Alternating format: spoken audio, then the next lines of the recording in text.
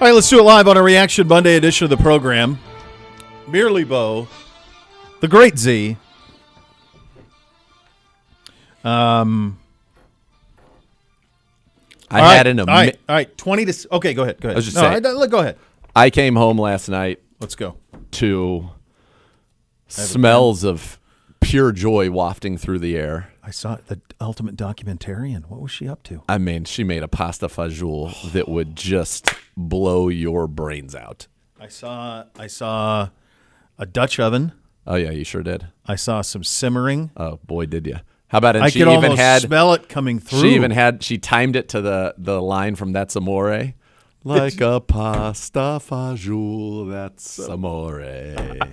So I had that going for me once I returned home, which was very nice. That was a Saturday. real treat. Saturday, Bootsy and I were at Costco. I had to make a Costco run with me, and at Costco this time of year they have a whole crate that's full of replica cars.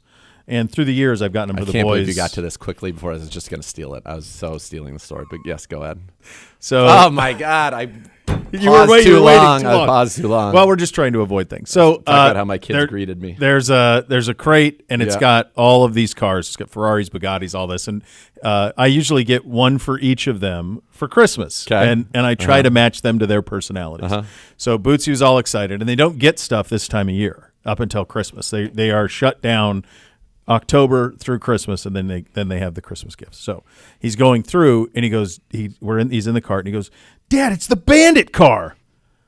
So first of all, I just wanted to hug him because anybody who listens regularly knows what Smokey the Bandit means to me. So I'm thrilled. I hug him, and I said, "Buddy, I think we got to get it.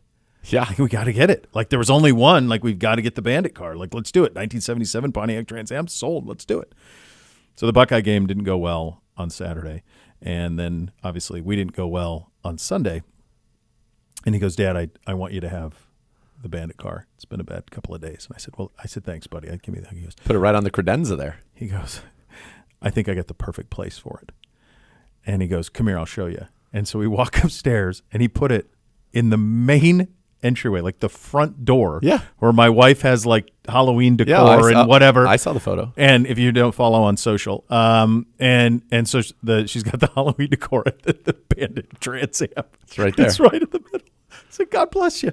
That's what you need. You're my boy, Boots. You're my boy. Oh, it's my spirit animal. It's a beautiful thing. Oh, it's beautiful. The energy. That's what you need after You had to. This is depressing, folks. I mean, bottom line, this is depressing. We will hear from Kevin Stefanski, I'm guessing live on this program. Yeah, right? I think he's going to approach the podium at some point. I'm hoping for a change. I don't at this point really even care what it is. There are certain things obviously I would be more comfortable with than others, but we cannot continue to do what we are doing on offense. Full stop. It's historically bad. No. That's not hyperbole.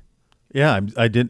You said it, matter of fact, but most times when you hear things that, it's historically bad, it's like. So basically, you want me to marinate on historic. I want you let's let historic marinate. Yes. It's several decades.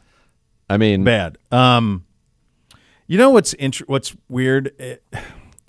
Honestly, like them coming off a bye, this is kind of what I thought it would be. And I don't know if that's a product of how this season has gone so far, but I thought we'd be competitive. We were. I thought it would be a game that potentially you could win if you got a break here or there. But they're coming off a bye. Their receivers are healthy. This is a very tough matchup. The reason that this one is so bitter is because of what's happened to this point. Yes. Because of what happened in Washington, what happened at home against the Giants, and what happened out in Las Vegas. And if you win two of those three, like you would have when the schedule started, and all of a sudden you're sitting here at 3-3, or even hell, be like the Bengals, be 2-4, then all of a sudden it's like, okay, it was Philly coming off a bye. They're a good team. Let's get it back together. But because you have eliminated your margin for error, you go to this one in Philly, and it was a must-win. It's a must-win. And because of the way we're playing, our roadmaps to victory are so precise. There aren't a bunch of different ways to win. There's one way to win, and you need a defensive score, which we got. We've gotten at 2 of the last 3 games. Right. Like you're getting those things. And they're not even enough, but like you need certain things to happen because of the way we're playing offensive football. And so this was a really brutal. I had a brutal outlook for this one from Jump Street. I had a brutal outlook the week against Washington from Jump Street, but didn't against the Giants and didn't against the Rams. And so that's why you're in this spot of you're sitting here at 1-5, or Raiders, I meant, yeah. Yep.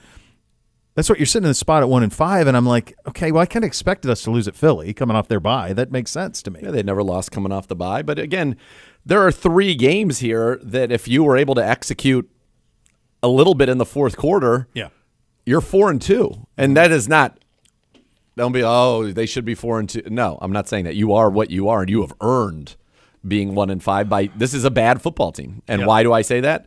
It's not just the record, it's the manner in which you're losing is the way that bad football teams lose.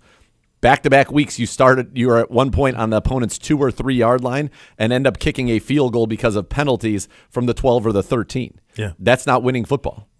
In important situations, high leverage situations in both of those games. Obviously in Washington it was let's just try to make this a game, but this team, it's bad. When you say historic, out of 798 teams through 6 games, this is courtesy of Bill Barnwell. Red zone trips, they're 784th out of 798. Offensive penalties, 795th out of 798. Yesterday, you have 7 penalties a team, all on the offense. You have more offensive penalties through 6 games than all but 3 teams since the year 2000. Yards to go on third down. Your thirds are third and longest. They are the 4th longest out of 798 teams since the year 2000. Your third down conversion rate is even worse. It is the 2nd worst since the year 2000. I mean, it was into the second half of this one. You went a stretch with Deshaun Watson, a quarterback, from the first quarter in Las Vegas through the second half, I believe it was the third quarter in Philadelphia, without converting a single third down. It was 26 at one point. In a row, yeah. And some people are saying, well, they did convert one, but it was a defensive penalty, made it a no play, so it doesn't show up in the stats as a conversion. Something has got to change on offense. And again, what could that be? Who's starting where? Obviously, a lot of focus on the quarterback position. What offense you're running and who's calling those plays can change. And then the other thing that I think can change, and probably at this point you'd have to evaluate and say probably needs to, is the way in which you prepare for the games. What does our practice week look like? How do we approach this, and this? Because whatever it is that we're doing is not working. It's clearly it's not working. Clearly this is a home game against the Bengals, for God's sakes. Like, come on. Something has to change. And the thing that is so damn troubling about all of this, there's a lot, but the thing that jumps out to me is as you're going through the penalties and was it the Raiders game or was it the Commanders game? We had all 3 things happening. You had the penalty. It was Commanders. That was from the 2 yard line. You go boop, boop, boop, boop. Yep. And then we did it again this week with the 2 penalties. If you think of what this operation has been since Kevin has been here, it has been an imaginative offense that puts you on your heels and takes full advantage of the talent at its disposal. And that was with Nick Chubb, and that was last year without Nick Chubb, right? This was an offense that could score points, that would get you shots, would get guys running free. It was something that kept defenses off balance. It was also an operation that was incredibly disciplined. How many times in Kevin's first few years here do we get teams to jump on 3rd and 1, 4th and 1? I mean, we'd do that all the time. We'd race to the line of scrimmage on 4th and 1 to get them to jump and then pick up a first down. That takes discipline to be able to do those things. And so we had that discipline. Folks, go back to even the Jarvis, Baker, Odell 2-year run. How many trick plays did we have? All sorts of them. How can you do that? Well, you have to stay on the field. True, but you also cannot do that unless you're disciplined. To run those type of plays, you have to have the discipline to be where you're supposed to be purposely misleading in either your route or your handoff or your keep. All of that takes discipline. We are not disciplined at all. Now, you mentioned the third downs. You mentioned the penalties. We're worst in the league in all this stuff. Yes. This is not what Kevin's teams have been historically. It's the opposite, quite honestly. It is the opposite. Yeah, it is very, very, very bad. That's the only way to possibly say it. It's terrible. What the Cleveland Browns are doing right now is terrible on offense. And the thing that I think is so maddening for everybody is that it's, in many ways, it's the same. We've seen the movie. Yeah. We've seen this movie. We've seen how this movie plays out. And it's just not winning football, period. It just is not winning football. And that's why, for the Cleveland Browns, you're a team last year, in 2023, your penalty percentage on offense, this is plays that resulted in a penalty by the offense, was 3%. You were 12th in the league. This year, you're averaging a penalty on, give me 1 second. You're averaging a penalty, you're at near the top of the league. The number is going to be astounding here in 1 second. You are basically at the top. I don't know if this includes the motions, but it is as high as any team in the league. It's about 20%. You're at this year, you're over 9%. I mean, come on. Hold on, I got that wrong. Anyway, nonetheless, point is, it is very high. Here you are. Sorry. You're at 9% this year, number one in the league. From 3% a year ago to number one in the league, 9% of your plays have an offensive penalty on them. 9%. That's impossible. Stop it. That is an impossible thing. CYO kids aren't doing that. They're not. I've gotten many texts to that effect. They're not. It's not it. It ain't it. Yeah, and I'm curious to see what Kevin has to say when he gets to the podium in terms of, I heard him obviously post game and but I'll tell you something else. Everybody, we do this show looking at Nick every day. There's a huge mural of Nick Chubb that's just right outside the studio here. He looks fantastic. Everybody in this building cannot wait for the time that dude hops on the field again and the impact that he will make, the type of accountability he has, all of it. But he is not an elixir. He's not a panacea, brother, a cure-all. No, he's not. By the way, Pierre Strong ran the ball very well yesterday. Here's the thing this is kind of where I'm at. Like, I thought this was actually one of our better offensive performances. The quarterback was 16 to 23. Okay, pretty efficient.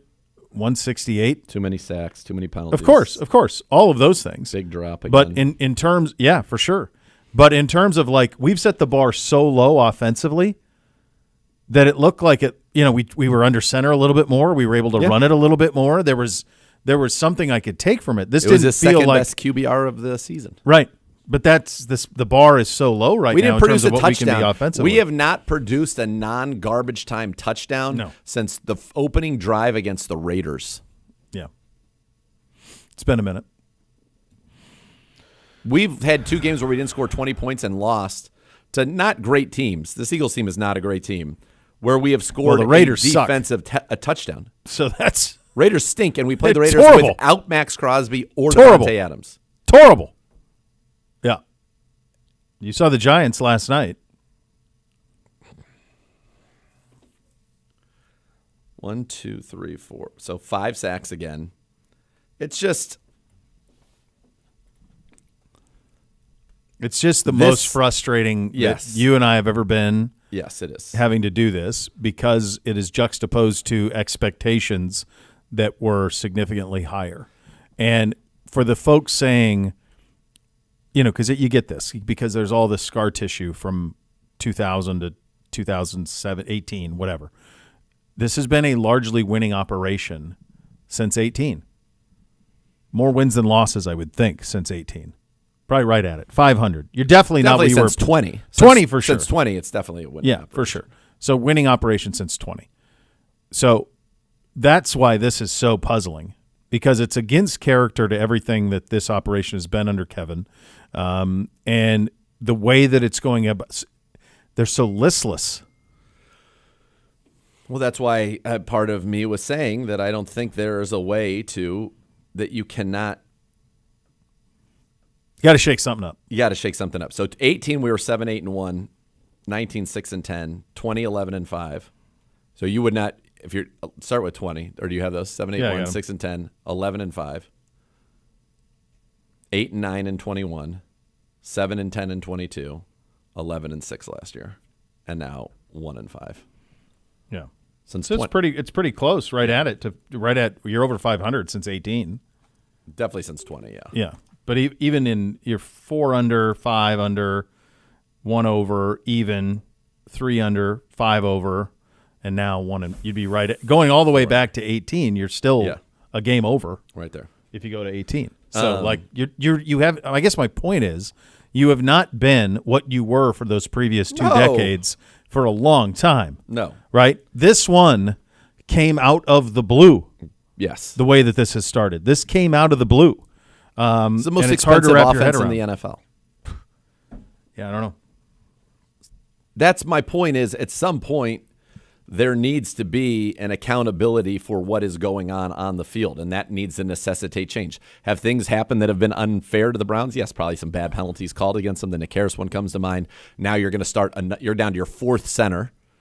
Yeah. Because Luke Whippler was really your 2nd center. Then you had to trade for Nick Harris, and now so you haven't no continuity on the offensive line whatsoever.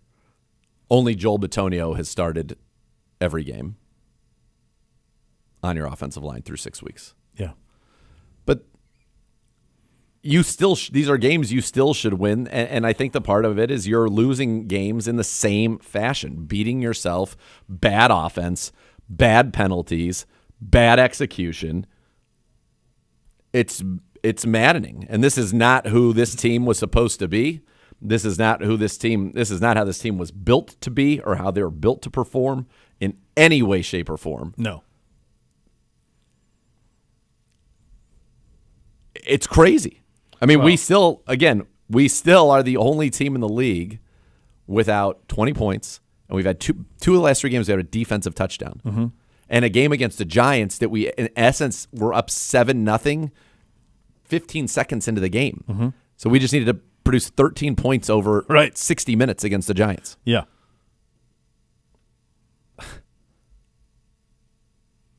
Haven't thrown for 200 yards in a game. Haven't produced 300 yards in a game. Haven't scored 20 points in a game. These are low benchmarks. Fathomable. Rodney McLeod, God bless him. Rodney McLeod's 2 touchdowns are tied for the team lead. He plays defense. That's right. And by the way, wasn't even a full-time player until last week. Yeah, with all the injuries, it became a point where it had to be. Yeah. It's you go back to week. So we lose the. Let me see. I'm trying to remember which show this was. Lose Dallas, beat the Jags, and then we've lost since. So it was Giants. It was a Giants game, and we came on here, and you and I were talking after the Giants loss, and we said, "What do we do well offensively?" Okay, what do we do? What can we do well offensively? We asked Joe. We'll ask the off today. What can we do well offensively? What's the one thing? Is there anything we can hang our hat on? No. And say this is it? And no, not 6 games in. There isn't. And folks, you're going to go historically bad. You're going to go Bengals, Ravens, who are a damn buzzsaw right now, and then Chargers, who went to Denver and punched them in the mouth.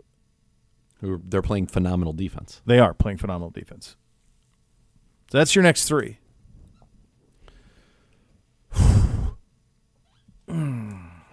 It's brutal, man. It is. It's tough. It's really tough sledding. And honestly, what you're looking for when Kevin Stefanski comes to the podium is something that signals to you that what has happened through 6 games will not be what we do in Game 7. That's really it. Whatever that looks like, I don't care. But there's got to be some acknowledgement that the current way is not working and that we are going to try A, B, C, D, or A, B, C, D, E, F, G, all of it. Yeah. But at least there has got to be something in place because we're getting into a territory where it is very bad. Yes, you've got 2 division games coming up.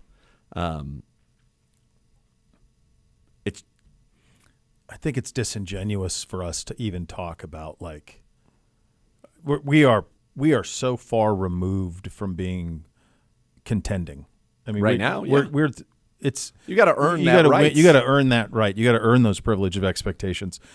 I think what coaches could be getting there in the next couple of minutes. We'll keep it here for a minute until he gets there. But I think the fair and just question 6 games in is, have you identified what the problems are offensively? And the answer to that can't be, we got to coach it better, we got to play better. That ain't it. No.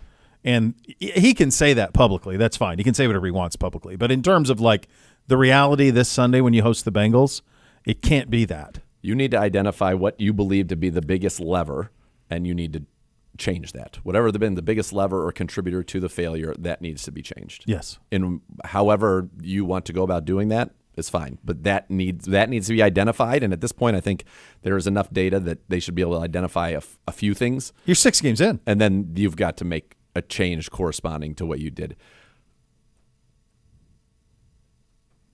You see a team right now that it feels like does not have necessarily the belief that you need to come through in situations. And I have not felt that with this football team in quite some time, where it's like, okay, here we go again. Mm-hmm.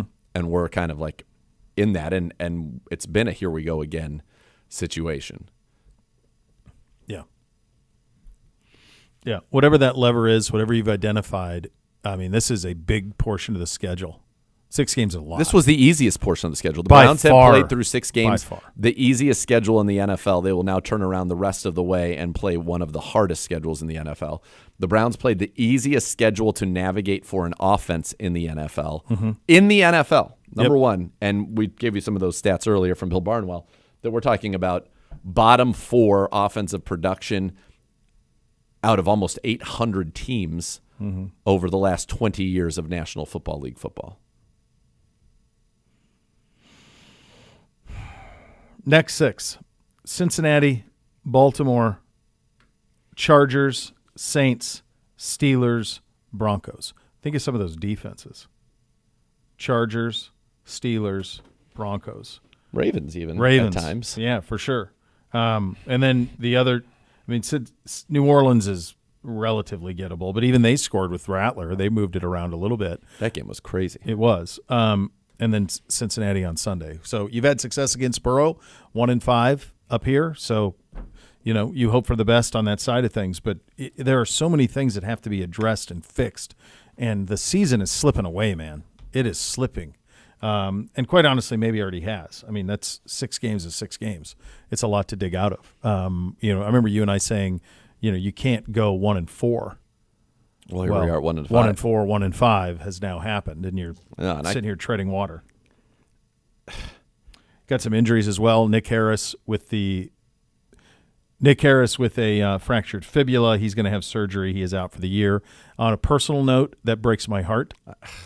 Every time. I don't know how many people remember, but in 2022, Nick Harris beat out Ethan Posick to be the starting center, and on the first series of the first preseason game down in Jacksonville, tears his leg and is out for the year. Every time he's gotten, now he was in a position to be the starter here for, I think, a little bit of a while, perhaps, out for the year again. I mean, poor kid is snake bitten. He's worked so hard, and at some point, you just wonder from him, like, when is enough? But I was very bummed out for him. You knew it right away. It was bad. I mean, there was that injury, and then obviously Aiden Hutchinson's yesterday was just insane, like a UFC injury. That was nuts. Yeah. Tough to watch. Very, very difficult to watch. And you're seeing guys, I mean, we've had so many injuries. My God, just so many injuries.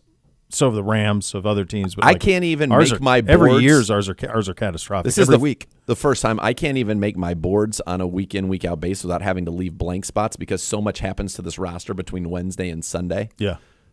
It's never been like that.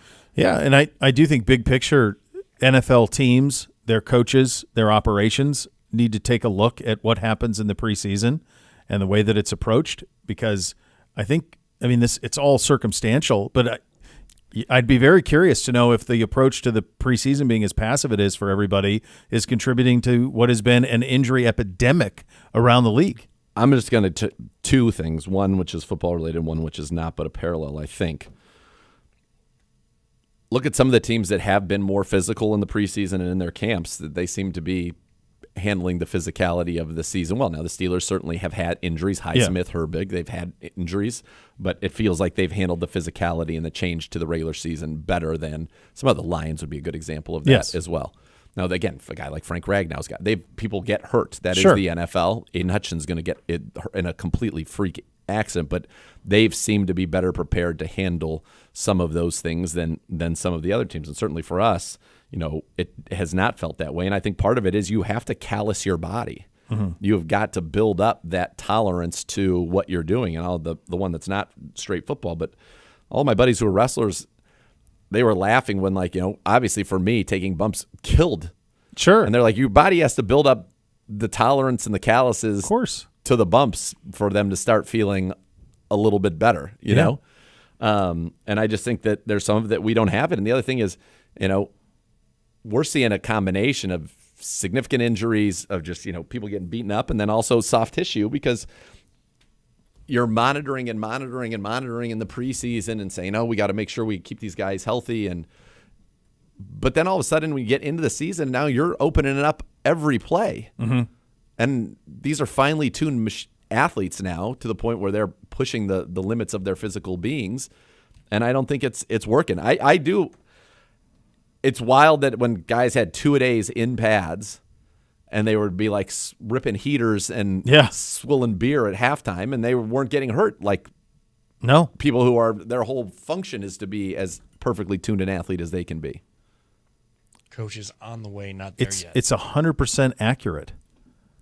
It's crazy. It doesn't. It is. It doesn't. But why could pitchers back then they throw 350 innings no problem? I think the other part of it, we should ask, I think tomorrow we're at UH, we'll ask Dr. Voos, he always joins us, ask him about that. Yeah. Because these guys, whether it's these guys, baseball players, whatever, they don't truly ever let their bodies rest. And I wonder if that contributes to it as well. I think McCaffrey's workouts are one of the reasons he's... Yeah, that he's having all this stuff, because they don't ever let their body just chill out for a minute and rest. Baby. So Coach is approaching the podium, and so there's a reason some of those beaters run for 500,000 miles, and if you got 100,000 out of a Ferrari, it would be a miracle. Absolutely, yeah, absolutely. Those are your hot topics today, presented by University Hospital's official healthcare partner of your Cleveland Browns. As I mentioned, the Browns going to start preparing for Cincinnati. That will start. They're obviously in the building today. Obviously, no Victory Monday.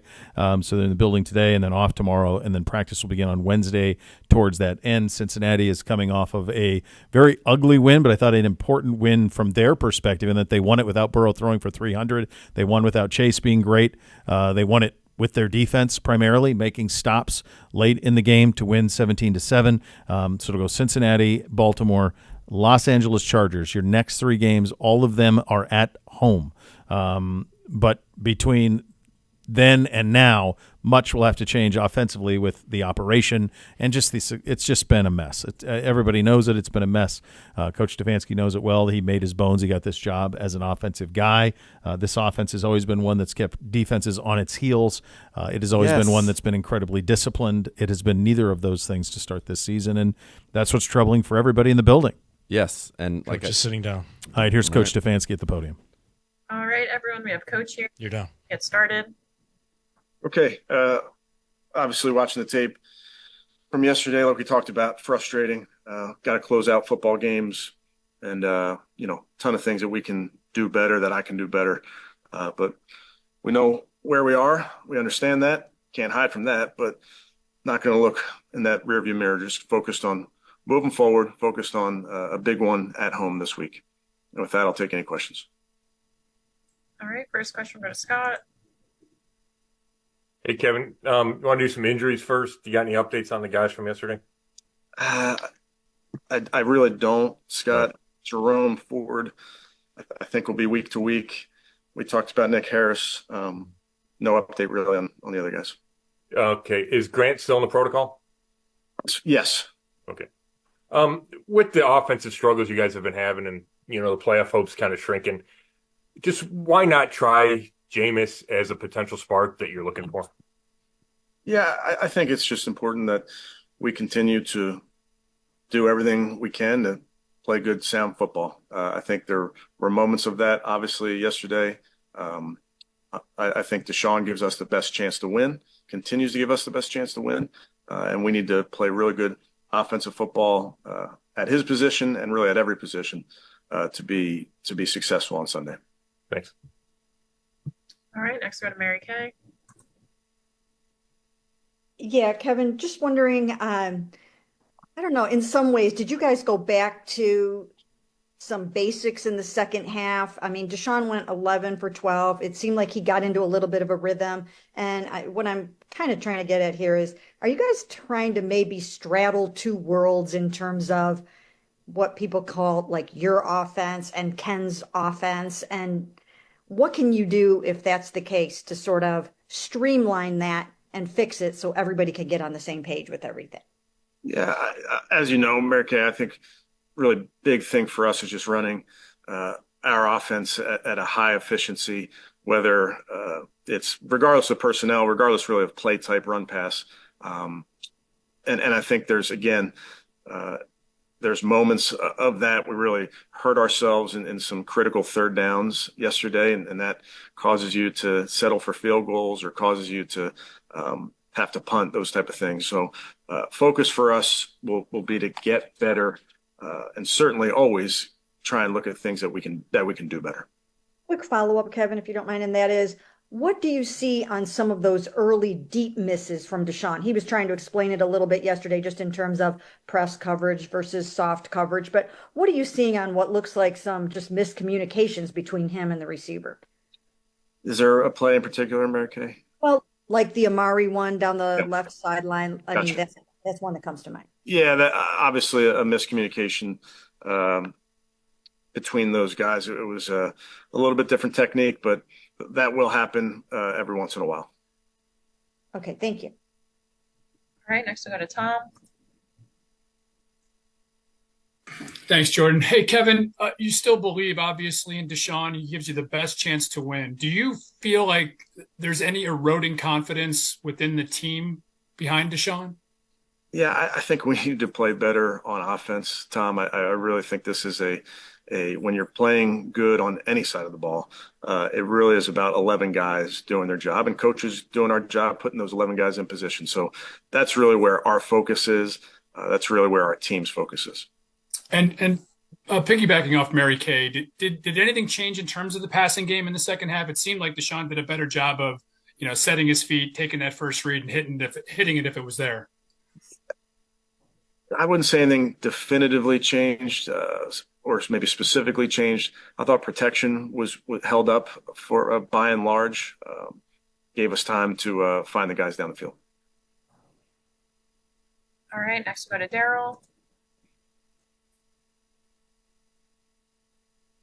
Yeah, Kevin, I understand the hardest thing when times are tough is to stay the course. But considering the volume of the issues on offense and the length of the issues on offense right now, could you maybe expand a little bit of why you feel right now staying the course when so much is not going right is the actual best course of action? Yeah, I think it's just my job, Daryl, to always find ways to be successful as a team, obviously offense, defense, and special teams, and we'll just focus on getting better. I really think this is something where if we keep the focus on our entire offense on getting better at every position, I think that's when you start having offensive success, which is sustaining drives and obviously scoring points. And then just within the locker room, I know you were asked about the team eroding confidence or whatever, but just how hard is it to keep player frustrations in check and avoid any type of finger pointing and things like that when you're going through a stretch like this? Yeah, we're going through it. That's you're 1-5. You can't hide from that. You don't love that feeling, but all we can do is get one this week. That's all we can do. All right, next we go to Chris.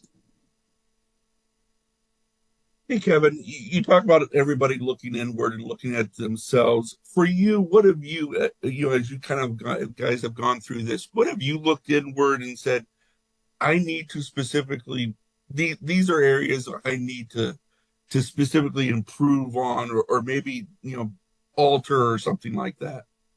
Yeah, I think it's important that we do that as coaches, Chris. and that's conversations we have this morning, things that, we got to put our guys in position to succeed any which way we can. Obviously, every player has strengths, and we need to work to those strengths.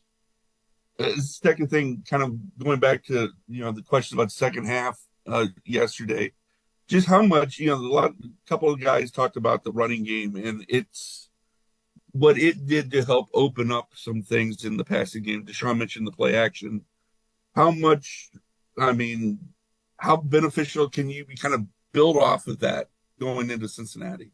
Yeah, like I said, we had some good moments. Obviously, not enough. Didn't score enough points, but there's some things that I feel like the guys took from the practice field to the game field, and they're constantly trying to build off of those type of things as you move forward. Thanks. All right, next we'll go to Jeff. Hey, Kevin, we always ask you about the quarterbacks and play calling and all that, but you've never been 1-5 here. So how do you, as a head coach, keep the morale of the guys up there? Yeah, it's kind of like we talked about earlier, Jeff. It's you own your record. You can't hide from it, and doesn't mean we like it. But we also understand there are things that you can control and things that you can't control. So we'll focus on the things that we can control. That's how we prepare, how we practice, and then ultimately trying to get one this week. Okay. All right, next we go to Cam. Kevin, I don't want to, give away game plan or anything like that, but when you are trying to clean things up, you guys are trying to be better.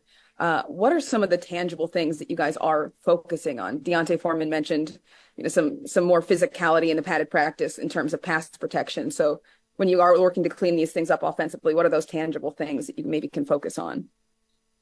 Well, I think it's really, it always comes back to when you're thinking tangibly, at least for me, to technique, and it's footwork, it's hand placement, all those things, and obviously, like Deontay said, with pass protection, with pads on, it's a physicality.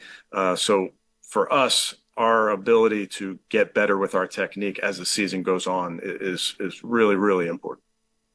Thank you. All right, next we go to Daniel.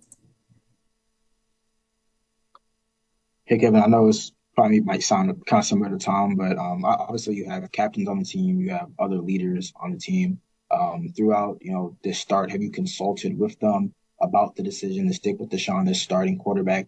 And do you get the sense that, they also believe that he gives you the best chance to win? Well, yeah, I consult with our players weekly, talk to our guys daily. I also make decisions that I feel are best for the football team. So it's not, there's some decisions, of course, that you bring to the team and that you talk through, but when it comes to depth charts, starting lineups, that's not something that ultimately the players get a lot of input in. Having said that, we have very, very good leadership on this football team. We have guys that care. We have guys that push each other, and we're going to lean on those guys. Thank you. All right, next we'll go back to Mary Kay. Yeah, Kevin, I know that we asked you this last week, but it seems to be that the prevailing narrative still seems to be that everyone thinks that Jimmy Haslam is forcing you to play Deshaun Watson. So I guess I just want to throw it out there again and ask, how is this decision made, and is there any truth to that whatsoever? Well, as you know, Mary Kay, I don't get caught up in narratives, but we have a good dialogue with myself, Andrew, ownership about all things that have to do with this team. They've been nothing but supportive, and any decision when it comes to football is my decision. Thanks. And if I can ask a quick follow-up here, what kind of a lift do you think it will be for Nick Chubb to come back for you guys this week? Yeah, Nick's working very hard. Just spent some time with him just now. He's going to take this thing day by day and see where we go. But he's this only comes with hard work. Thank you. All right, next go to Justin.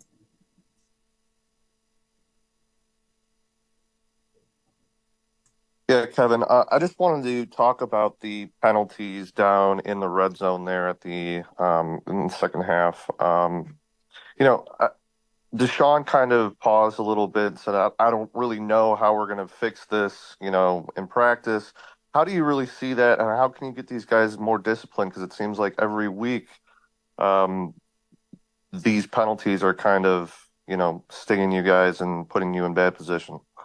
Yeah, I mean it's frustrating because you know you want to beat the other team, you don't want to beat yourself. And there's too many moments there, especially on third down. We had two other conversions, not in the red zone, but we had two other conversions that were called back for holding penalties. Um, we have to be better. We have to coach it better. We got to play better with better technique. And it's all those, especially the ones the pre-snap that you really it's nothing that they're doing. Thank you. All right, we'll do two more. First one from Ashley. Hey, Kevin, I guess entering this week, how is Ethan Posick doing? And if Ethan can't go, would the plan be for Michael Dunn to take over that starting center spot right now? It's a good question, Ashley. Ethan's getting better. We're going to have to see how that goes throughout this week, and still need to sit with the coaches and determine what our plan is this week. We'll see. That'll really be day to day. And just watching it back, I mean, what Michael did, like having to slide over in the game in that spot when he and Deshaun hadn't worked together at all. Just what did you think of the job he did in his first game back? Yeah, Mike did a nice job. Obviously, played majority of guard throughout the week. He snaps for us, every day, but it's not like he's getting the bulk of those reps. So that's just part of the life in the NFL, and certainly part of being a backup offensive lineman. Sometimes you're the first guard in, or the first tackle in, or you're the second center, those type of things. Just understanding what your role is and where you may have to fill in. All right, last one from Scott. Hey, Kevin, I got two quick ones. The follow up on the Nick Chubb one. Do you think expectations have to be tempered given just everything? I'm not so concerned about that, Scott. I mean, I understand the question. I think for me and for Nick and for this team, he just wants to do his job, whatever that may be. But we're not getting too far ahead of ourselves, really just worried about the day-to-day with him. And then on that Devontae Smith touchdown, is there anything Greg could have done on that, and maybe the rest of the defense, that there was nobody like on that side of the field to stop that? Yeah, obviously, they ran a similar play earlier. There's things that we can do better all across the board. That's something that, obviously it's a good play call by them in that versus that defense, but we can get that thing down for, whatever the gain is, but not for such a big one. Thanks. All right, that wraps us up. Thanks, Coach. Thanks, everyone. Thanks, guys. All right, there you go, Coach Stefanski from the podium. Rumpke Waste and Recycling leaders, invested over $100 million to build North America's largest, most technologically advanced recycling center. It is right here in the Buckeye State. Visit rumpke.com to learn more about tours and how this facility helps grow our circular economy. You'll listen to Cleveland Browns Daily on 850 ESPN Cleveland.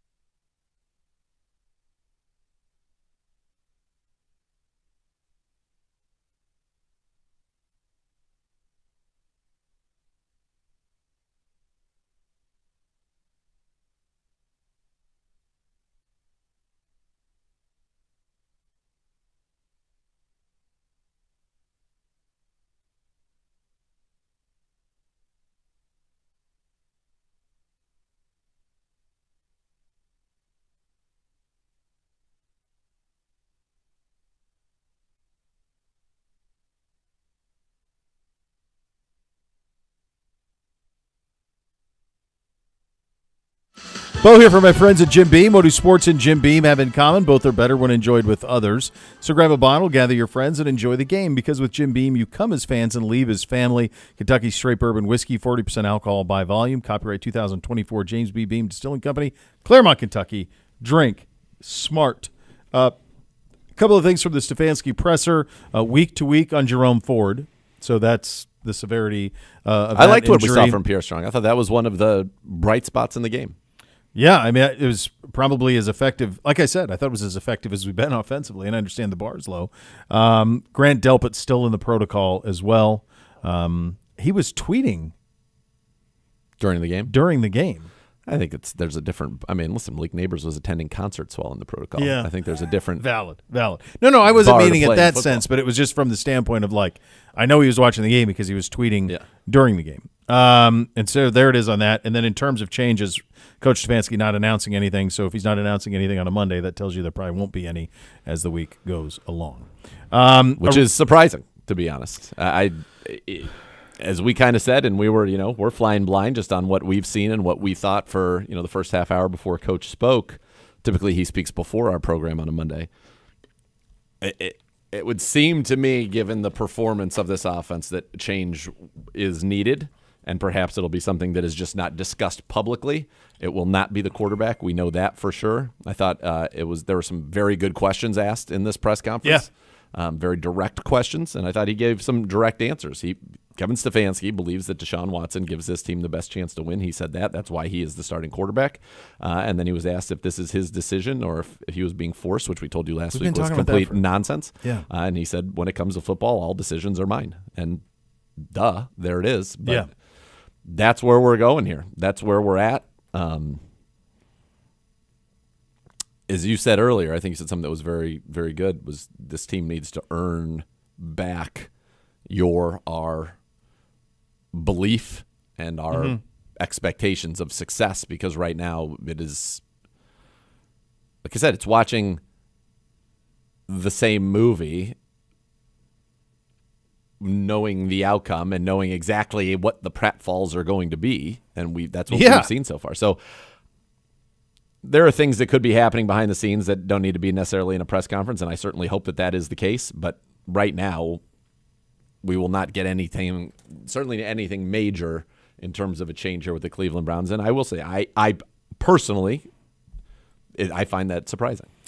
Yeah, it's a pretty good sample size when you're talking about 6 games. So at this point, this is who you are offensively. Which is historically bad. It's not like we're just struggling a little bit. No, that's why you go back to conversations you and I and Hoff will have a conversation shortly. But what do we do well offensively? The answer right now is nothing. Long ago, Conan O'Brien was saying, in the year 2000, and we're talking about since then. Since then, yeah. No, and this isn't an expansion team. This isn't a team with a rookie quarterback. The highest paid offense in football. Yeah. So this is very different from the other teams that are historically bad offensively. Leaf Filter, the official gutter guard of your Cleveland Browns. Go to leaffilter.com/GoBrowns to schedule your free gutter inspection. Receive your exclusive promo offer. That is leaffilter.com/GoBrowns. Visit today. The Joe Thomas half hour of the program coming up next. You're listening to Cleveland Browns Daily on 850 ESPN Cleveland.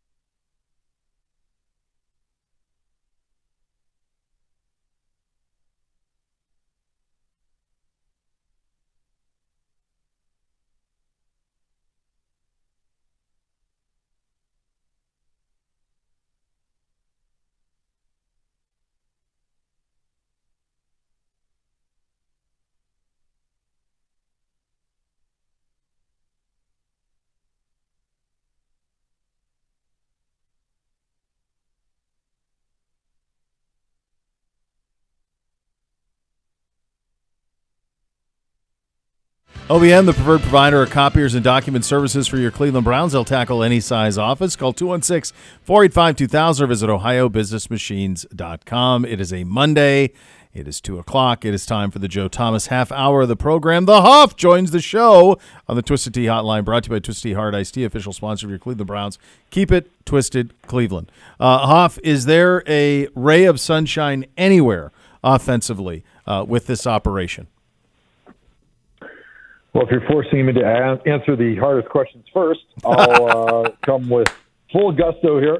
They did run the ball a little bit more effectively in the second half. I think it really made a big difference having Jed Wills and Jack Conklin back out there, because when they went under center and they ran some of the traditional zone plays, they were fairly effective. I'm not saying they were world beaters or they were, moving up and down the field against the Eagles, but they were efficient. And I think with a running game that's efficient, it's going to set up some more play action pass if you're able to do that under center. Potentially, you can set up some easy throws for Deshaun Watson. That's sort of the hallmark of every Kyle Shanahan type system, which is what Kevin Stefanski likes. So there may be a little ray of hope, a little ray of sunshine there if they get into a little bit more of that under center zone run schemes with some of the play action passes behind it. Yeah, we did see some success. I thought Pierre Strong did a good job, especially in some of those situations. Hoff, what do you make of, and I don't know if you've seen or heard, Kevin Stefanski basically saying there will be no changes. Deshaun Watson is still the quarterback, gives the team the best chance to win. If that is true, what do we need to do either around him, or what must he need to do better to change what we have seen as, unfortunately, a very consistent pattern through 6 weeks? Yeah, he needs to cut it loose when he's throwing the ball. It looks like he's aiming it a lot, and that's why he's missing wide-open receivers. Oftentimes down the field, it seems like he's thinking about it. It's kind of like, when you got a free throw and you're not just shooting, you're trying to aim it. It never works. Or when somebody's wide open, instead of just cutting it loose, it looks like he's aiming it a little bit. And obviously that's repetition. That's finding a way to control your mind in those situations, putting yourself into those situations when you're sitting at home and you're in your room by yourself. Close your eyes, visualize making those throws. I think that's how you give yourself a chance to train your brain to be able to have success in those moments, because your brain doesn't know the difference between if it happened or if you visualized it. And if he's able to do that when he's at home, when he's away from the facility, he's going to start making some of those throws that you have to make when you're an NFL starting quarterback. And I think what we just talked about too, like if we're able to run the ball a little bit more effectively under center, some of those zone runs, and teams start to have to think about, all right, how are we going to stop that? And I have no idea. You guys maybe tell more than I'd be able to tell right now about when Nick Chubb is going to be ready. But if he gets back in the fold now, I think potentially you could have a running game that's a little bit more scary, and that is always good for play action passing. And I think that's truly where we want to be, because it gives you easy completions. It's not just stand back there in the shotgun and have to read the defense and deliver lasers one after the other. Hoff, the thing that's so disappointing about all of this is that this was a team that we said, hey, let's go win the division. Let's be a playoff team. Let's try to make a run in the postseason. It was building towards this, right? So there were a lot of teams over the last 20-some years that you go into the season and go, boy, it's going to be really difficult for those teams to be able to win. No one saw this coming, this type of struggle. So when you're having this type of struggle, how do you, if you're Stefanski and Schwartz especially in charge of the offensive side and the defensive side primarily, even Bubba too, although they got a special teams touchdown in the game on Sunday, how do you not lose veterans who, quite honestly, expected more out of what this season has become? And how do you get guys to bow up and to not push the chips in, for lack of a better term? Well, that's the challenge. And sometimes the toughest coaching jobs are when you are in these situations when you're not living up to expectations, because it's really easy for that team to fracture. It's easy to hold the team together when you're winning. And I always laugh when guys talk about, a season that was really good. Oh, man, we got along so well. We had such great camaraderie. We loved hanging out. We just got along really well. Well, yeah, because when you win, you like everybody. And when you lose, you hate everybody. So it's really about execution. It really doesn't have anything to do with how much you liked everybody else.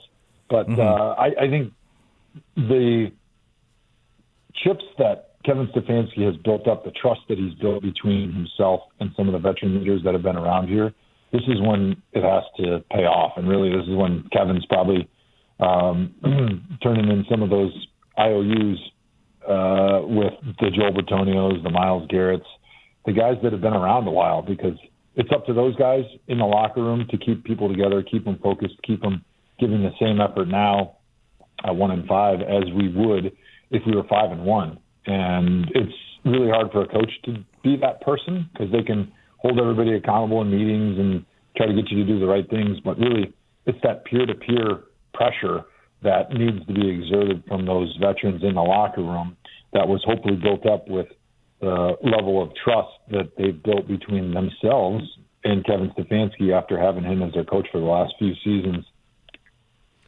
Listen, Kevin Stefanski's the two-time coach of the year. I don't think he forgot how to coach or any of that. I think he's a good leader. I think that he's done a good job in being a play caller over the time that he's been here. It's been a winning record for the Cleveland Browns, which is not something we've had over a 4-year period in forever, since probably before the team came back. So there's a lot of that cachet that you're talking about built up. My question is, you mentioned Joel Bitonio, you mentioned Myles Garrett, and I imagine for you when you were here, you would be one of those voices. But doesn't that voice and a lot of that belief in a locker room have to come from the quarterback in this day and age in the National Football League? Certainly, that was always the challenge when I was there. Right? We never really had a great quarterback. And as much as linemen want to be leaders and receivers can be leaders to some level, and even defensive players, certainly you can have any position on defense can be that leader, that guy that is the straw that stirs the drink on defense. But in the end, the quarterback is the closest thing to a coach. And he's also the most important person on the roster, and everybody understands that. And when you're the most important person, your play is going to dictate how much people want to follow you, not the words that you say. And so you've got to get people to lead by the performance that you put out on the field, by the work that you put in during the week of practice. Because on offense specifically, he's the one that's standing back there looking at everybody. So if the receiver's not in the right spot, if the tight end's not making the right steps on his motion, if the linemen aren't aligned properly, he's the one that has to say that, because the coach is standing on the sideline on game day, and in practice he's standing 20 yards behind, and he doesn't want to have to stop every single play when there's a little mistake. That's up to the quarterback. You're the field general. You're the one that has to do all those things. So if you want to have a good team, your quarterback has to be that dude, but it starts with their performance, because as much as you want to be back there chirping, and we've had some quarterbacks that I played with that were great leaders, but they didn't perform well enough to get everybody to follow them and to buy into what they were selling. Hoff, Z and I were talking in the first hour about just kind of this injury epidemic that's around the league, and our team continues to get hit with it. He can't fill out boards until middle of the week because you don't know who's actually going to be in the two deep and those type of things. We have gotten to a point in the league, and I thought I remember you saying this once to us, that you needed 3 days, but this was a year out of retirement, that you needed about 3 days a week in order to get ready to be able to play a game by the time you got to towards the end of your career. Do we need to reevaluate how we handle the preseason in terms of the lack of physicality, the lack of building up calluses, muscle memory, so forth and so on? Obviously, Detroit is an example of going the other way and being ultra physical. Pittsburgh too, in terms of what they do in their preseason play. Is there any correlation for you at all, or is that something that at least needs to be reexamined? That's a great question. I would love to just explore this on a 2-hour podcast with you guys, because I got a lot of thoughts about it. Obviously, I lived in the old days when we had 2-a-days, which sucked, but there was a level of callus that you did build in your body. Yep. And I would love to have like the sports scientists, the guys who looked at the injury data and been able to talk about that in a little bit more depth, which I haven't been able to. But I think there is potentially something to be said there, but maybe it's in a different way than a lot of people think. And that's my hook. So hopefully you guys continue to listen. You don't turn the radio off right now. I think when I think back to what we did, like 2-a-days, or even just when we had practice once a day and it was always in pads, you did feel like you built up a level of callus. You learned how to fall. You learned how to hit. Granted, you were very sore. And I think the message from today's high-performance people is that that's not the right way to train, because over time it diminishes your speed, your explosiveness, your power, and you're not as good of an athlete as you could be by a larger margin if you did rest the body properly and you train in a different manner like pretty much every NFL team trains right now. But I think the flip side to that is because we are training the way we are with more rest in training camp, we're not callousing ourselves the same way we did when I was there. You are getting guys that are more fresh. They're faster. They're quicker. They're more explosive. They're more able to create tremendous forces on the field because they're not so tired. They're not so beat down. And I think some of that could be leading to some of the additional injuries if the numbers show it, which I don't know if they do or not. It just seems like every year we talk about injuries. But that's kind of the way I remember it even when I was a younger player. It was like, oh, we got so many injuries. And then I just realized, well, yeah, it's football. Everybody's got injuries every year. And so I'm not sure if that really is the numbers. But if the numbers do say, yes, there's way more injuries, I think part of it could be is we are training guys and maximizing guys' freshness, power, quickness, speed, almost every time they go out on the field and they put the pads on. And so you don't get guys that are just worn out running into each other, kind of like we were after a couple two-a-days. You're getting the freshest dudes making significant collisions every single time they put pads on. And you combine that with the less experience of being in those collision situations, and potentially it's causing more injuries. And then I don't want to go on forever because I know it's a long topic, but the other thing is I do think today's game is way more wide open. And because of that, you get, I think, fewer of the wear and tear, like 10, 20, 30 years down the line, the arthritis, the joints, like the head injury, that type of stuff. But you do get a lot more guys that are hitting each other at full speed where they're not seeing where the hit came from. They're falling into guys because they're a little bit out of control because they are playing with more space, with more speed. And I think that's one of the downsides of our game going from a 21 personnel where we got a fullback and a tight end, and the fullback's lining up 5 yards away from the line of scrimmage, the linebackers lining up 5 yards away from the line of scrimmage, and they're just running into each other like two rhinoceroses. I mean, they're just staring at each other. So there's less of a chance of guys getting hit from the side or hitting the legs or not expecting contact when the contact is coming. But I think there's a lot more like the wear and tear type stuff when you do have a lot more of those 3 yard in a cloud of dust offense versus defense, just train wrecks running into each other for 40 plays a game. Hoff, one of the things that you mentioned, the wide open game, I think people are bigger, stronger, faster than they were before. So for a rookie like Zach Zinner coming in, and he's had, unfortunately for him, a pretty tough, start over 2 games. And he's had to play against Jonathan Allen, Daron Payne, and then Jordan Davis and Jalen Carter. Very difficult, obviously. Yeah. What's kind of the one piece of advice you would give to a rookie who is, it's clear that the power of this game and the speed right now are something that he did have some great blocks in the game, but he's also struggling at times in pass pro. Yeah, I would say the first thing, and this is advice I'd give to any rookie, especially to somebody who's struggling, is don't look at any social media. Don't look at any traditional media. Don't listen to any voices on the outside except for what your coach and your teammates around you. I'm sure Joel is helping him out and Jack's helping him out. Like, those are the voices that matter. So don't put any voices that don't matter into your head because you're just wasting space that you could be filling up with productive learning. And I think from a technique standpoint, though, you see him struggling against some of the bigger, stronger, physical nose guards, defensive tackles. And what you need to do is continue to work, because I'm sure he is, but continue to work on more short sets where you're taking away that space. You're trying to use the snap count to your advantage to get on that guy before he gets a chance to get going. Because if you set off the ball and you give a big boy 2 steps, that's 340, and that runs probably a 0.4 second faster 40 than you do, he's going to run you over. Like, you're not big enough and strong enough to be able to maintain and handle that. Like, you look at a guy like Joel, who he's very strong, he's very big, and he's got the experience of playing with a leveraged base underneath him. Big guy, if he sets off, big guy runs into him, he can kind of capture him and slow him down and stop him. But you can't do that when you're a smaller guy. And so you kind of got to know who you are. And so I think taking away that space, more aggressive sets in pass pro, and doing things to try to use the snap count to your advantage, because that's really the only advantage that you have as an offensive lineman. All right, gentlemen, let's play a little Overreaction Monday as we go around the league. Here are your tasks. Your task is to define this as a reality or an overreaction. Let's start with Dallas coach Mike McCarthy's seat is hotter than Doug Peterson's. Is that reality or an overreaction, Hoff?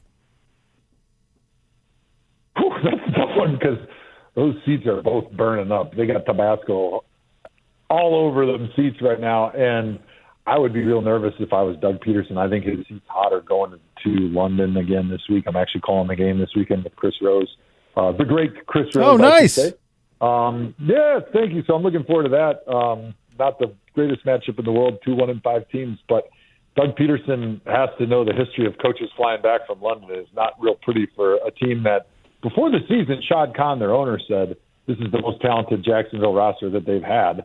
And now to be 1-5 and kind of really, really struggling to even be in that playoff hunt come November, December, I'd be pretty darn nervous. And it seems like Jerry Jones does not want to make a change at coach. And so I think that's why Doug Peterson's seat is a little hotter. Yeah, and that's a talented team. Although, to be fair, in that game, I don't know if you guys watched it, the Jags dropped not 1, not 2, not 3, but 4 touchdown passes from Trevor Lawrence. I did not see that. He dropped. They had 4 throws to the end zone that they dropped. Gabe Davis, 2 of them. Brian Thomas, 1 that was so easy, and I forget who dropped the 4. I think it may have been Gabe Davis again. It was like absurd. Oh, jeez. Yeah, what Dallas did yesterday was something else entirely. Did you see Jarrah postgame in tears? He was angry. Yeah. Quite angry. But to Hoff's point, didn't say anything about make change. How about Detroit up humongous, throwing laterals to Penei Sewell and just like toying with them and pulling out all the – but why would you pull out some pretty cool trick plays and show them to the league when was Dan you don't need Campbell them? In Dallas? He was. Yeah, he was there with Sean Payton when Payton was the – do I have that right, Hoff? Didn't he play for them? He played for the Cowboys, and I think that he was there when Payton was there. So I wonder if he has the same bitter pill with Sean Payton. Am I making sense? Is that accurate? He was. He played for the Cowboys from 3 to 5. Yep. So he played there, and then he was there in his assistant under Sean Payton, or did Payton bring him to New Orleans? Payton brought him to New Orleans, where Payton was with him, coach and tight ends coach from 16 to 20. That's it. So Payton had him in Dallas, brought him to New Orleans, and Payton hates the Cowboys too. Yes. So maybe that's what it's about. Mm-hmm. Yeah, well, I have a extensive record as a offensive line coach, 1 year in the ELF, but we did like throwing trick plays to our linemen in situations that we were smashing people. Like when we played Barcelona, we were up by like 40, and we threw a pass to our left tackle because the thinking is kind of twofold. One is like you want to reward the big fellas, and sometimes big fellas, we're not used to handling the balls. And, sure. You don't want to throw us the pass in a game that's really meaningful, but you do want to show a little bit of love. So I can understand that. But also sometimes you have trick plays that are setting up other trick plays, or you're trying to make the team that you're going to play next spend practice time practicing against some of this stuff. Because if you show it in a game, they're thinking, okay, we got to get ready for this, and then we got to get ready for potentially what's next. So maybe they're thinking in that situation threefold. Hey, I hate the Cowboys. Screw them. Let's really embarrass them. 2, let's show some love to the big hog molly. And then 3, maybe, hey, this could help us down the line because we're going to make the next opponent practice it, and then we've got the second iteration where it looks like this, and then it's something else. So either way, I think it's cool, man. Who doesn't love Dan Campbell? And I think the fun that they're having, they're easy to like, and they're fun to watch, especially when they're beating the Cowboys. In that game, though, we knew going in that without Lawrence and Parsons that it was going to be good for the Lions offense. What you could not have foreseen was the complete poor, pathetic, whatever it was, play of the Dallas offense. That was stunning. That was. All right, this one for you, Dr. Z, first. Reality or overreaction, all 4 NFC North teams will make the playoffs. It's hard to do, but here's something that's just crazy. They all have 4 wins. Mm-hmm. And the 4 highest point differentials or best point differentials in the entire National Football League are the 4 teams in the NFC North. So when I think of the NFC East, is it feasible they only get 1 in? Sure. Is it feasible that the NFC South only gets 1 in? I don't know. I think Atlanta's pretty good. And Atlanta and Tampa Bay are both 4-2, yeah. They're both 4-2. And then in the West, it's going to be just the Niners. I think that's pretty clear. So you would need your fourth-place team, and given the nature of all the head-to-head games, to be able to beat out my guess is either the Falcons or the Bucks, and that feels like that could be a tall order. Some other just interesting fact I got from prepping for the game this Sunday is the last 8 times that and this would be the 9th, that the Eagles started 2-2 in a season, they made the playoffs every time. Huh. What do you think, Hoff? All the NFC North teams making the postseason? What Z said. Same as he said. He's exactly right. Same. I just to say that, but I had By the way, add this little nugget. Hoff, congrats on. I saw that it was an official retirement from the Munich Ravens staff was announced today, but he left the door open. Oh, a return. The door was left ajar. Ajar. Wow. The door is ajar for the Hoff. Yeah. You never say never. To experiences that were as quality and meaningful for me and my family as that, I don't know if I would go back and live there, but just being involved in some manner, I think would be really cool down the stretch. But I did have to laugh because the ELF, they have like a small media team, and they're mostly in Germans. And so there's like a little language barrier sometimes. And so sometimes the quotes and the stories aren't exactly true. They're 90%, right? They're like politics, like mostly true, I guess, on the BS meter. But in that one story, I don't know where it was. It was like on the ELF Instagram page or whatever. It said, I couldn't believe it. My guys sent it to me and they said, "Hey, Joe, I didn't know that you grew up in Germany," because it clearly says in the story, like, about a quote from me about how much fun I had and how enjoyable it was and how much I enjoyed the German beer and the culture and the Lederhosen, yada, yada. And it said, even though Thomas was born in the USA, he grew up in Germany. That's a hell of a find at Wisconsin. It's unbelievable. To find you over there, scouting. Bring you over. What elite scouting that was. Dutchman. Yeah. Jeez. Oh, I love that you said, what was your favorite part? So was that a made-up quote you're saying, or that was a real quote where they said, what's your favorite part of Germany? You said, the beer, of course. The quote was real. Obviously, the beer, of course, and now I'm a beer snob. Unfortunately, in the United States, I opened up a Coors Light that had been in the cooler at the farm for like about a year, and it just didn't taste right. You know, a year ago before I went to Germany, I would have hammered that thing and gone for a second one. But now, as like a beer snob, I was like, this just doesn't taste as crisp and fresh as those German Helles beers that I was drinking. And so I told the wife, I was like, I got to go to the store. I got to get a fresh case of Coors Light. I can't be drinking this stuff. I'm a beer snob now. No more skunky beer for the Hoff. Hoff, we were just in Philly, and it reminded me of we had a collection of incredible meals over 3 days in Philadelphia for those joint practices last year. But I was telling the story of our foray to the steakhouse where you're like, yeah, we'll just take the left page of the menu. And then that you were ordering, speaking of your beers, you were ordering them sometimes 2 or even 3 at a time. Because you're just like, yep, keep them coming. Yep, more. Yes. It was incredible. Your ability to consume it even makes me blush. And most people say that my ability to consume is wild. But yours is different. Yours is the vino. I'm the beer guy. No doubt. Typically the service is not fast enough to refill a 12-ounce beer, but that's one of the things I loved about Germany. They give you a full liter. So it's hard to drink a liter of beer before the waitress comes back. What anybody could, though. What was your favorite? What was your favorite German beer over there that maybe you can find it here? What was one that you're like, man, keep giving me that one?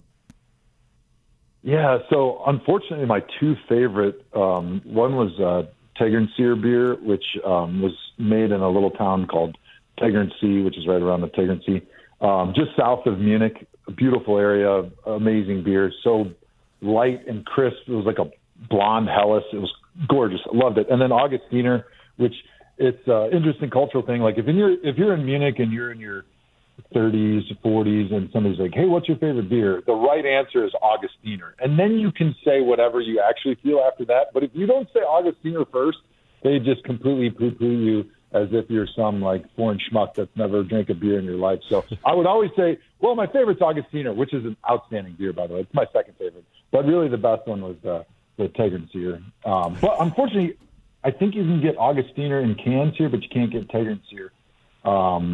And which is it's a shame because I've had the Augustiner in a can when I came home because I just was craving it. Yeah. And I think just because it gets shipped overseas, it just tastes differently than when you get it over there because the stuff over there, you're just drinking it right out of the keg, so fresh.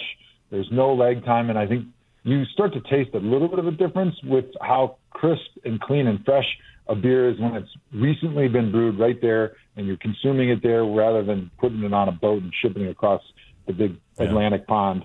It's like sushi. It's exactly like sushi. It's like sushi. Yeah. It's a lot, Fresh very stuff is like blows your mind. Fresh is best. Fresh is better. It really is. All right, we've got 3 in a row at home. Bengals Sunday at 1 o'clock. The Bengals won last night with defense off. Burrow had been thrown for 300 yards. They really didn't get Chase going at all, and they still won 17-7 in New York. They are a desperate team, just 2-4, just a game better than us. We've had success with Burrow during his time here. What are you looking for first Sunday to lead you to believe that this one will be different than the previous 6 have been? Well, I think, like we talked about, if we're able to get the running game going a little bit like we had in the second half, I think that makes our offense more balanced, more dangerous. And I think it takes a little pressure off Deshaun Watson where maybe he doesn't feel like he has to extend so many plays where he can just kind of take what the defense gives him, get rid of the football, get it out of your hand. You know, sometimes the best throw is one that just goes out of bounds on the sideline, and now it's 2nd and 10, right? We don't always have to extend every play and try to make something work and then take a sack and get stuck in 3rd and impossibles. But if we're in the game next weekend against Cincy and we convert our first 3rd down, I'm cracking a beer. I'm cracking a 73 Kolsch because that's the best beer I can get in the States, and I'm taking it to the house because I'm celebrating. Because that's one thing that the Browns have not done a lick of this season is convert 3rd down. So if we can do that, like, that's my Super Bowl. I hope we can. How can you've been a part of some teams that, you know, in the middle of the season, perhaps it was a little bit on the ropes. What's kind of just the one thing that you would say needs to happen either in the locker room, on the practice field, you know, whatever it is? Because I think just the notion that doing everything the way that you've been doing it and you're expecting a different outcome, that seems like a fool's errand. So what's kind of the one thing that you would say, this is what you need to do, this is what needs to change?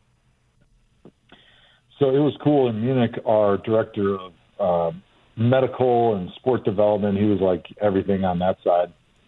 He was from South Africa, and he spent a lot of time coaching South African rugby and soccer teams, and then went to China, and he's kind of been all over the world. But he told me a cool story. He was on a soccer team that had high expectations, kind of like the Browns. Started out really struggling.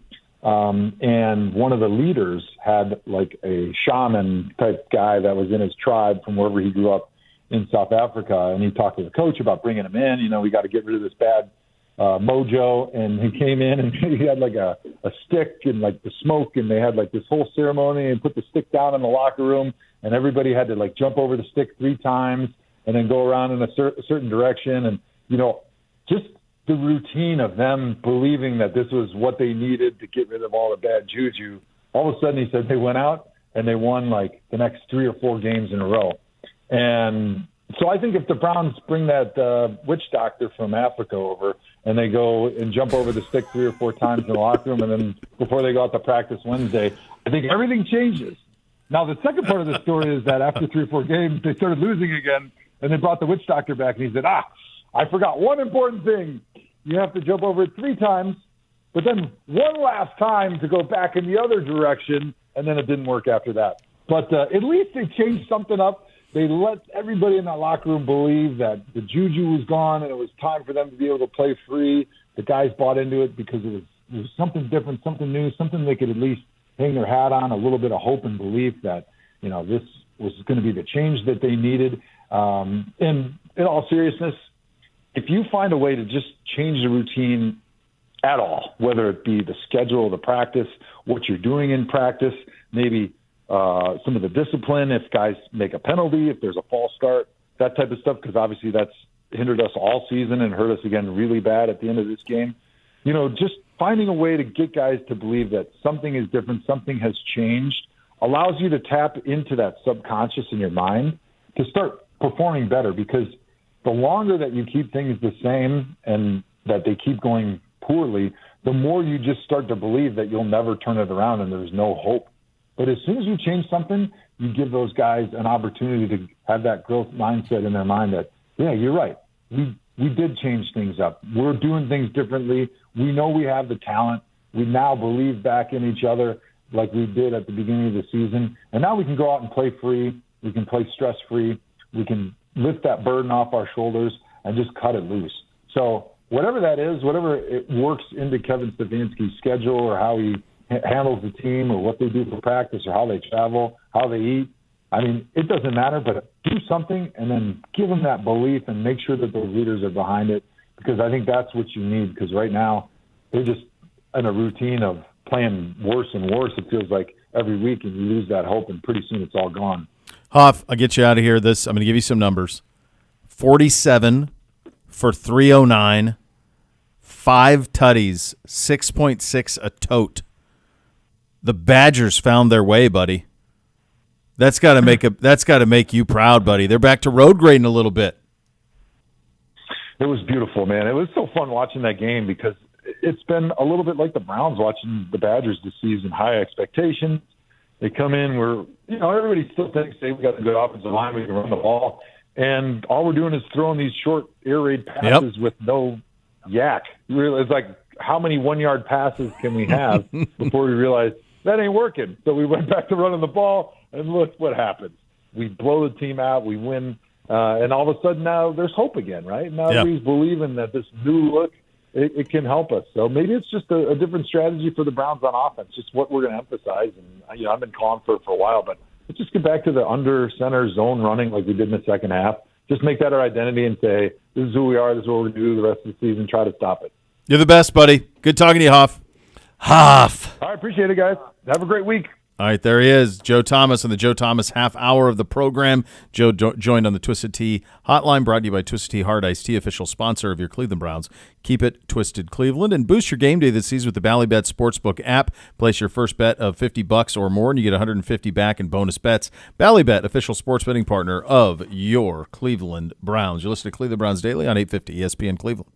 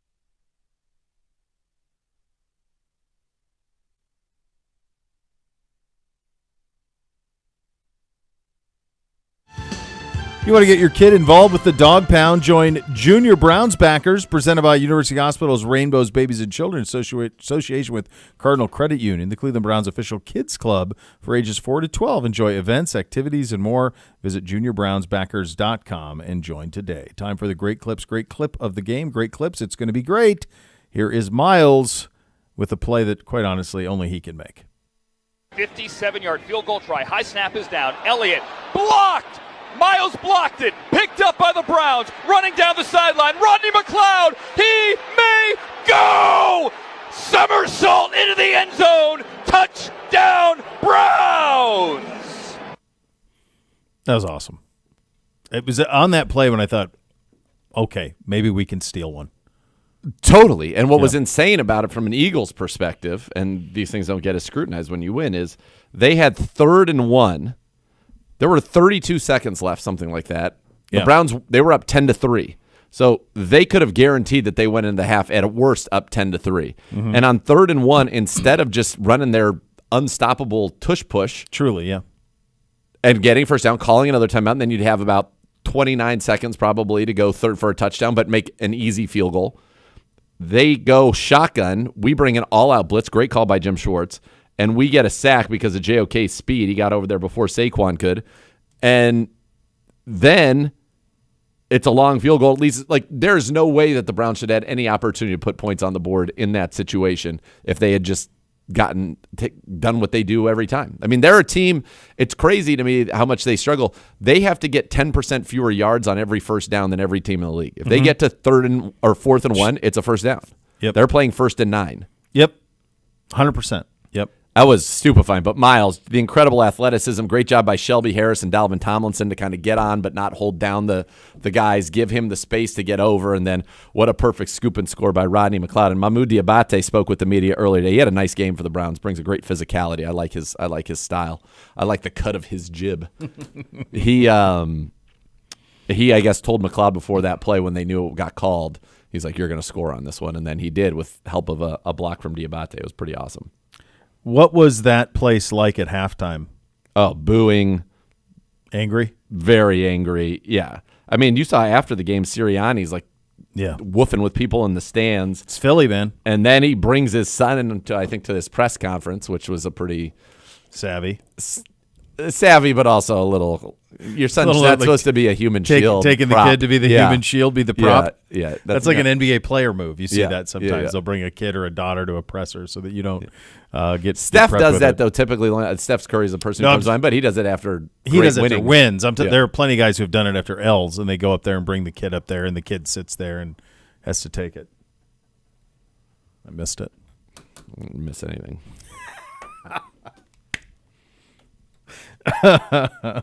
Oh, man.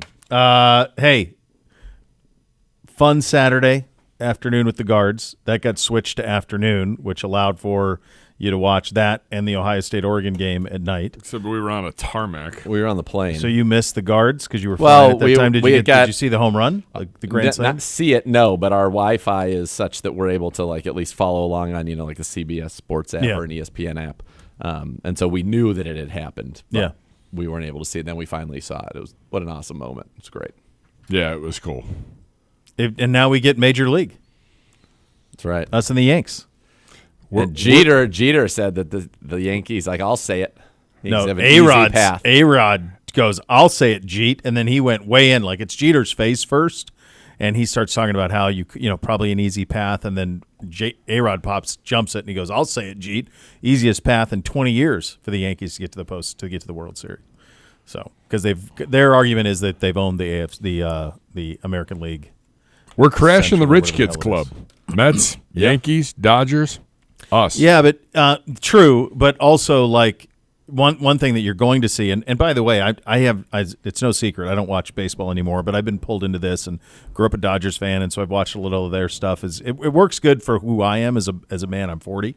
It's perfect. Like, football's on one channel, baseball's on another. Yep. I can kind of watch both and keep an eye on things. Yep. So I did that last night. I watched Yankees and Dodgers, and then I had the Sunday Night Football game up as well. And you can so quickly be brought back to it. But good job out of baseball. It's been a ratings been a bit of a bonanza. It's up 18%. Yeah, and I think it'll continue like that. Good. I mean, great markets. It's great markets, and it's huge fan bases. Like the Guardians Indians fan base is a huge fan base. So they're Northeast Ohio expats all over the country. Yes. So last year, for example, the World Series. Could either of you tell me who the World Series was last year without looking? Because I couldn't. World Series last year. Rangers won it. And I only know that because of Griff. Arizona. I know you know. I'm asking these two. Sorry. I know you know. 0%. Yeah, Arizona. Right. That's it. Could So I that's what I'm name saying. could I name one person from that Arizona Diamondbacks team? No. No. I could not. No, it's Rangers, Josh Hamilton, is that his name? Josh Hamilton's still there. Is he No, still he's there? not really. Juan Gonzalez Juan is Gon. still DHing too. For No, that. Hamilton. Julio Franco. Hold on, is Hamilton Ruben Sierra. Oh, Ruben Nolan Sierra. Ryan. Ruben Sierra. They're all still there. Had some I got time some with the, fantastic he had some time stories with when the I was a A's. bat boy for the Indians and Julio Franco. I bet he lived. Well, Why would he? That batting stance? You're not living with that batting stance. I'm 10, and he's like, Is hey, Hamilton on the we're having a Phillies? big party at my house in Westlake. Josh and my Hamilton? parents were like, no. I think he's retired. He's retired. Yeah, I think for a Who's while. the guy am I thinking of? Who's on the Phillies that's really good? Bryce Harper? Bryce Harper. Yeah. Yeah, Sure, no, sure. he did not ever play for the Rangers. Josh Hamilton was good for a while. Josh Hamilton was MVP of the league, but he had all the substance abuse stuff that came Yep. back with the Reds. Was drafted originally by the Rays and then ended up in the Rangers and played really well. And I think he ended up back up into some trouble. But There's a guy who's good on the Reds. Young guy. There is. I know that. There is. Ellie De La Cruz. 44. Yes. 44. Eric the Red? Yeah. Same number. Not that was very much an intentional play for Ellie De La Cruz. We'll get you a score. We got a Monday Nighter tonight as well. That's coming up next. Cleveland Browns Daily, 850 ESPN Cleveland.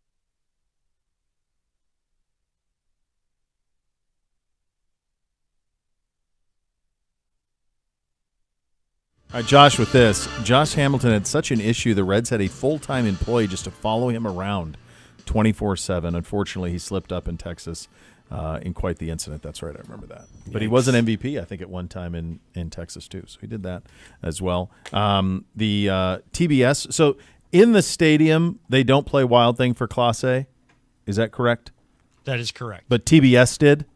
Yes. So I thought they had that a pretty just sweet, like, I thought they were just doing that. I'm like, that's unbelievable. Yeah, feels like a win. That's awesome. Like, do that always. So He's great. got Fireman by Lil Wayne playing. Yeah, that's not wild. Make the call to and the he bullpen. looks. He's everything. I like everything about him. Lots to like the about whole that guy. operation. Yeah, lots to like. He's got like the lightning tattoo coming up his Yeah, neck. yeah. It's pretty strong. 2 minutes. So much of that is critical when you're a closer. Closer, yeah. It's the aura. All right, we got a score. AFC East Slabanaka. Boy, the Jets are in gorgeous And uniforms. we're hot, baby. Oh God, we're back, baby. Hold on, We're back. The Jets with a new head coach. Their GM is under center tonight. We'll see what happens there. It is the New York Football Jets hosting the Buffalo Bills for first place in the AFC East. Nathaniel. I'm going to tell you I this. need to look at the Jets. Well, go Bo first. The Jets look great in these uniforms. So they are a combination of the Namath uniforms with the Kelly green ones, that color green with the Namath uniforms, and they have some of the striping from the 2000s. It's fantastic. It's beautiful. Absolutely beautiful. Both teams have lost 2 in a row. Nobody circles the wagons like the Buffalo Bills. They are not losing 3 in a row. They are winning. Not to this chump team. They are winning. New coach bump, though? New coach bump? Not No? in this I don't one. think so. I think cooked. Give me Josh Allen. Why is the line what the line is? The line actually went down. Why? It was 3 Friday. Now it's 1. I'm with you, though. I think they're the better team. I do think my initial pull was the other way because Do it's the a new opposite? coach. Remember last year, Rodgers is opening gonna night. try to do everything that he can do 30, because 30. he wants to make his firing look good. Rodgers tore the Achilles. His- The GM was out, and they came back and still won opening His night. outrage is great, though. Like Rodgers? yeah, His faux outrage? yeah. Like how could you even think that I would do? How that? would you think? There's no evidence of 15? it. Go Guards as well. fact Catch the that he game was- tonight on 8:50 ESPN. Cleveland Guards and Yanks. I still haven't heard a good explanation for why he was allowed in the building to have a meeting at which he demoted Rodgers' friend and then 5 minutes later was fired. If you're firing him and being escorted out with security, he's not allowed in the building to begin with. That's it. Next level is next. We're back tomorrow. Cleveland Browns Daily, 8:50 ESPN Cleveland.